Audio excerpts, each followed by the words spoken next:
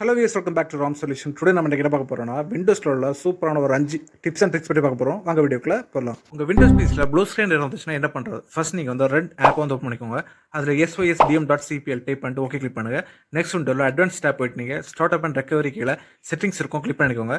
Next விண்டோல automatically restart வந்து uncheck பண்ணிக்கோங்க.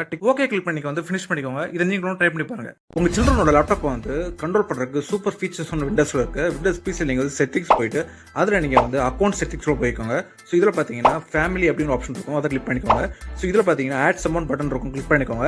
இதில் உங்கள் சில்ட்ரனோட மைக்ரோசாஃப்ட் மெயில் ஐடி கொடுத்து லாகின் பண்ணிக்கோங்க. மெயில் ஐடி இல்லைனா நீங்கள் கிரியேட் பண்ணி லாகின் பண்ணிக்கோங்க. அப்புறம் ரெண்டு ஆப்ஷன் கேட்கும், ஆர்கனைசேஷன் மெம்பர். உங்கள் சில்ட்ரனுக்கு ஏற்ற மாதிரி செலக்ட் பண்ணிட்டு லாகின் பண்ணிக்கோங்க. இந்த செட்டப்பில் பண்ணிவிட்டு அந்த பிசியோட ஸ்க்ரீன் டைம் நீங்கள் செட் பண்ணலாம்.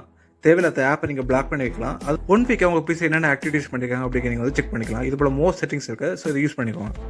எக்ஸ்பாக்ஸ் ஆப்பில் கேம் ப்ளே பண்ணும்போது இந்த எரர் வருதா? அப்போ என்ன பண்ணுறது? ஃபர்ஸ்ட் நீங்கள் வந்து செட்டிங்ஸ் போய்க்கோங்க. ஸோ அதில் சிஸ்டம் செட்டிங்ஸ் போய்க்கோங்க. இதில் ட்ரபிள் ஷூட் போயிட்டு அதர் ட்ரபிள் ஷூட்டரில் விண்டோஸ் ஸ்டோர் ஆப்ஸ் இருக்கும், அதை ஒன்ஸ் நீங்கள் ட்ரபிள் ஷூட் பண்ணிக்கோங்க. இப்போ செக் பண்ணி பாருங்க, அந்த எரர் வராது.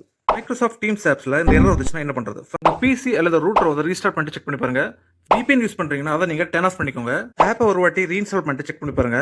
கேட்ச் ஃபைல்ஸ்லாம் கிளியர் பண்ணுங்க. அதுக்கு ரெண்டு ஆப் ஓப்பன் பண்ணிட்டு அதில் நீங்கள் இந்த URL டைப் பண்ணுங்க. டைப் பண்ணிட்டு ஓகே கிளிக் பண்ணுங்க. இந்த விண்டோ ஓப்பன் ஆகும். இதில் மென்ஷன் பண்ணிக்கக்கூடிய ஃபோல்டர்ஸ் எல்லாம் ஓப்பன் பண்ணிட்டு உள்ள இருக்கிற ஃபைல்ஸ் எல்லாத்தையும் நீங்கள் செலக்டாக கொடுத்து டெலிட் பண்ணிருங்க.